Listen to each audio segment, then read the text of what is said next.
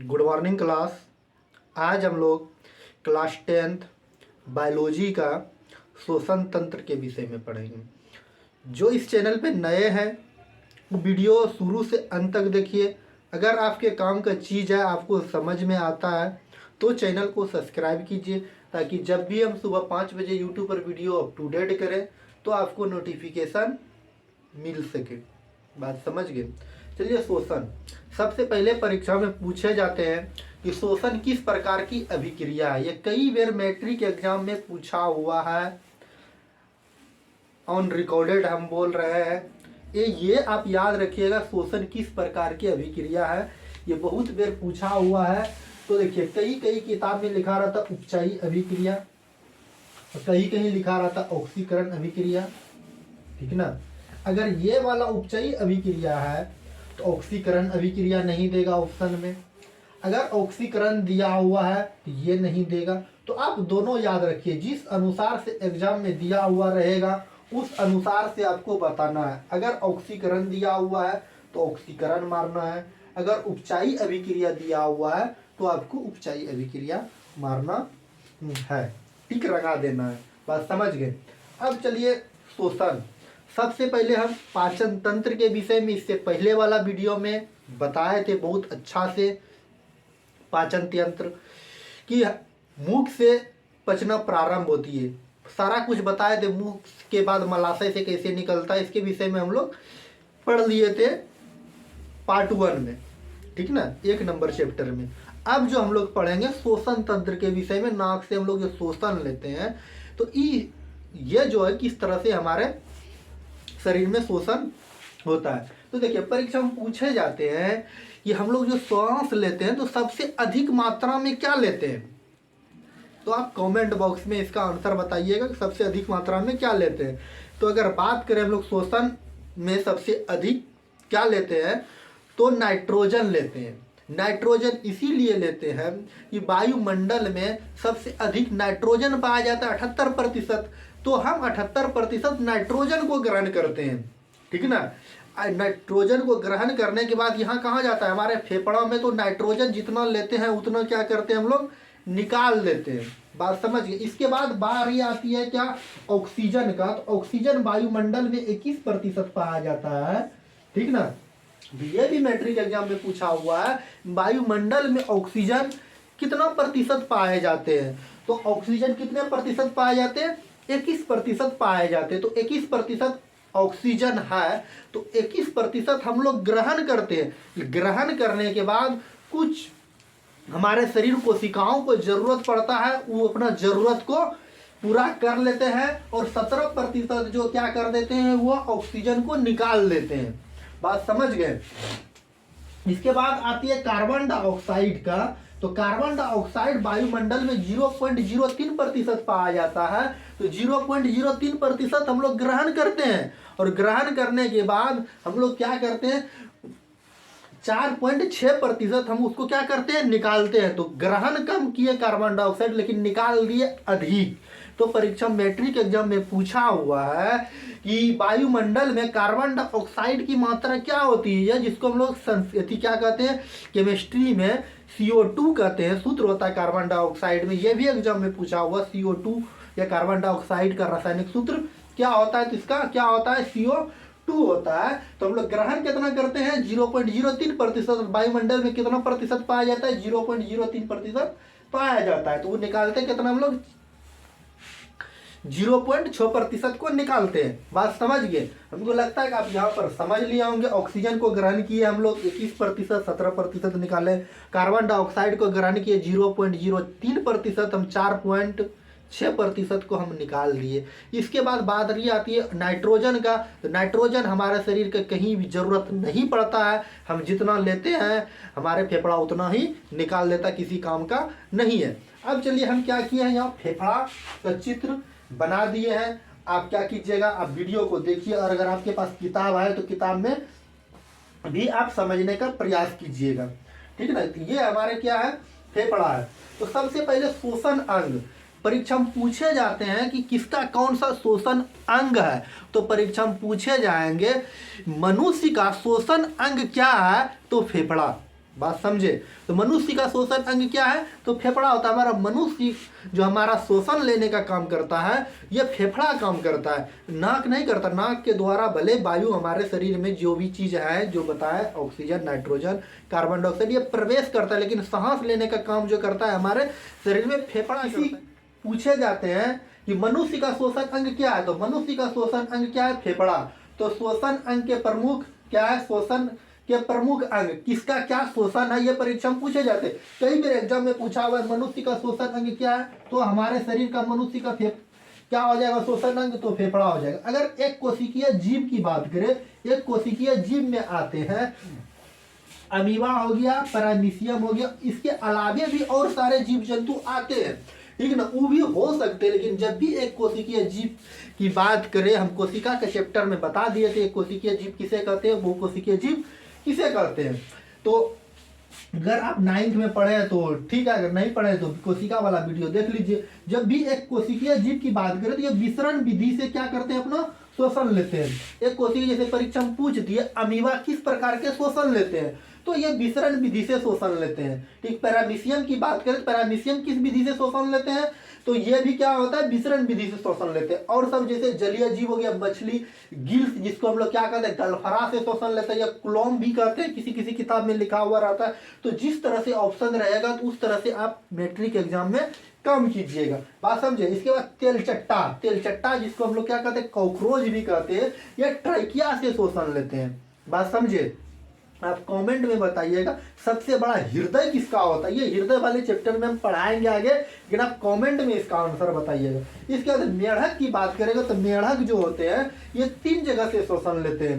एक देखिए टेरपोड जो होता है मेढक का बच्चा होता है, टेरपोड क्या होता है, टेरपोड ये मेढक का बच्चा होता है। जब बच्चा अवस्था में रहता है तो ये गिल्स से कहाँ से लेता है, शोषण लेता है, बात समझे। गिल्स जिसको हम लोग क्या कहते हैं, गलफरा कहते हैं, ये गलफरा से शोषण लेता है। लेकिन जब बैंग की अवस्था में जिसको कहते हैं, बैंग भी हम लोग कहते हैं बोलचाल की भाषा में, ये देखे होंगे बैंग, उसको हम लोग लंग्स मतलब फेफड़ा से शोषण लेता है। लेकिन जब निष्क्रिय अवस्था में हो जाता है, जबकि वो मिट्टी के अंदर में रहता है, तो वह अपना त्वचा से शोषण लेता है। जब परीक्षा में पूछे जाए मेढक किस प्रकार का, मेढक का बच्चा पूछा तो यह क्या हो जाएगा, गिल्स से शोषण लेते हैं। लेकिन बैंग पूछा तो फेफड़ा कहेगा। लेकिन सिर्फ पूछे मेढक कहाँ से शोषण लेता है, तो त्वचा जिसको हम लोग क्या कहते हैं, स्क्रीन कहते हैं, निष्क्रिय अवस्था में जब वह भूमि के अंदर रहता है। बिच्छू की बात करें, बिच्छू जो है बुक लंगस से शोषण लेता है, बात समझे। बुक लंगस, अगर पूछेगा बिच्छू का शोषण अंग क्या है, तो बुक लंगस है। हमको लगता है कि आप यहाँ पर समझ लिए होंगे। इसके बाद हम लोग चलते हैं मनुष्य के शोषण तंत्र में, मनुष्य कैसे कहाँ पर क्या क्या चीज का जरूरत पड़ता है और कहाँ से कैसे शोषण लेते हैं, बात समझे। तो सबसे पहले हमारे नाक में जो होता है इसको हम लोग कहते हैं नसा छिद्र कहते हैं। जो हमारे नाक में छेद होता है, जैसे हम लोग का यहाँ नाक में छेद है, इसको हम लोग नसा छिद्र कहते हैं, बात समझे। इस तरह हम लोग पाचन तंत्र में पढ़े थे, ये हमारा मुख गुहा है। इसी तरह हमारा ये क्या है, नसा छिद्र है, ये प्रत्येक मनुष्य को होता है। इसके बाद यहाँ आते हैं ऊपर में क्या हो जाता है, यहाँ पर इसको हम लोग क्या कहते हैं, नसा कपाल कहते हैं, बात समझे। इसके बाद क्या आता है, फायरिंग्स आता है। ठीक, फायरिंग्स क्या होता है, जहाँ क्या होता है भोजन और ऑक्सीजन, मतलब जो भी सांस और भोजन दोनों मिलता है उसको हम लोग क्या कहते हैं, फायरिंग्स कहते हैं। फायरिंग्स किसे कहते हैं, जहाँ भोजन और खाना, भोजन मतलब शोषण कहाँ मिलता है, जो भी हम लोग सांस लेते हैं, सांस और भोजन, खाना या भोजन, या इसको हम लोग क्या लिख सकते हैं, शोषण लिख सकते हैं, शोषण दोनों मिलता है, उसको हम लोग क्या कहते हैं, फायरिंग्स कहते हैं। लेकिन लैरिंग्स जो होता है हमारे यहाँ गर्दन के पास होता है, इसमें क्या, उसको हम लोग वॉइस बॉक्स भी कहते हैं, बात समझे। तो आपके फिगर में अगर आपके पास बुक है तो बुक किताब में देखिएगा, तो वहाँ क्या लैरिंग्स जो है ये हमारे गर्दन के पास पाए जाते हैं। इसके बाद हम लोग क्या आते हैं, गर्दन के नीचे जैसे आते हैं उसके पास पाया जाता है ट्राइकिया, जिसको हम लोग सांस नली भी कहते हैं या ग्रास नली भी कहते हैं, बात समझिए। इसका अलग अलग किताब में अलग अलग तरह से नाम दिया हुआ है, कहीं ट्राइकिया लिखा रहता है, कहीं ग्रास नली लिखा रहता है, कहीं सांस नली लिखा रहता है, ठीक ना। अब देखिए क्या होता है, सांस नली, जहां से हमारे सांस कहाँ जाते हैं, फेफड़ा में जाते हैं।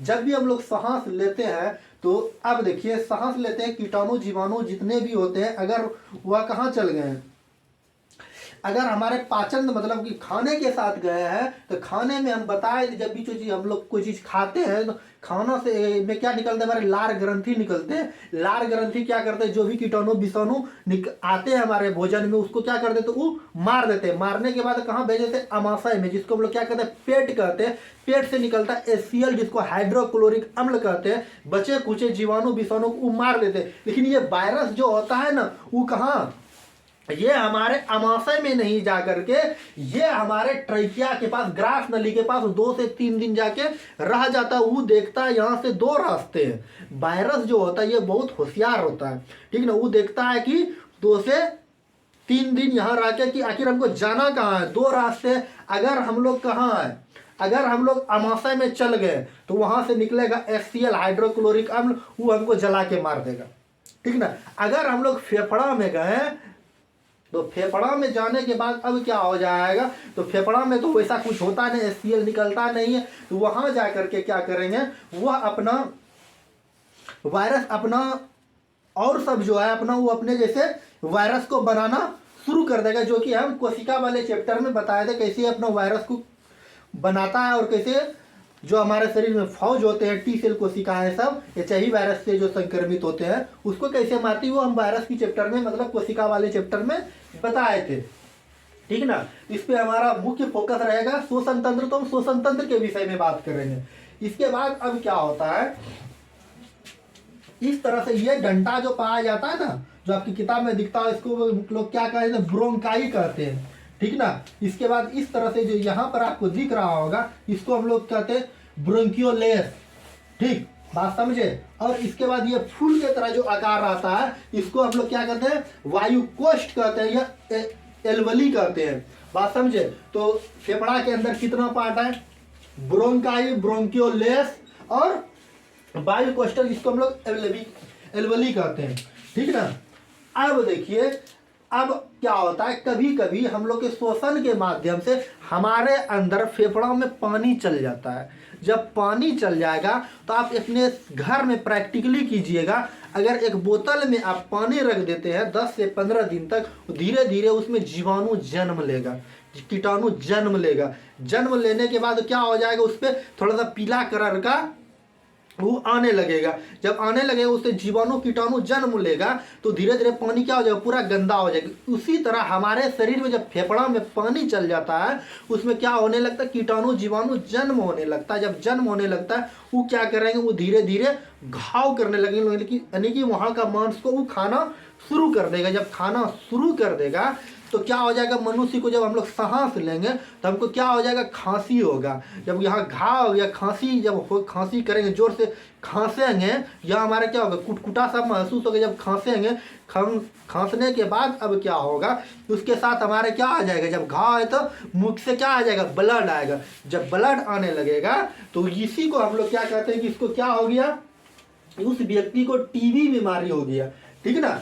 बात समझे, हमको लगता है आप यहाँ पर समझ लिए होंगे। तो इस से आप लोग क्या और रहिएगा, सावधान रहिएगा, ठीक ना। कभी भी पानी पीजिएगा तो कोशिश कीजिएगा कि हमारे फेफड़ा में नहीं जाए, ठीक ना। तो वायुकोष्ठ जो होता है, इसमें घाव होने से क्या हो जाता है, फेफड़ा में घाव हो जाता है। ये जो होता है एक थैले के समान होती है, बात समझिए, एक थैला के समान संरचना होती है। और इसमें क्या होता है, जाके ऑक्सीजन स्टोर रहता है, कि फेफड़ा में जाकर ऑक्सीजन स्टोर रहता है। और यहाँ से हमारे बॉडी से कोशिका ब्लड, हीमोग्लोबिन, RBC के माध्यम से विभिन्न कोशिकाओं तक पहुँचता है, बात समझे। चलिए आगे और देखते हैं इसके बाद क्या क्या दिया हुआ है।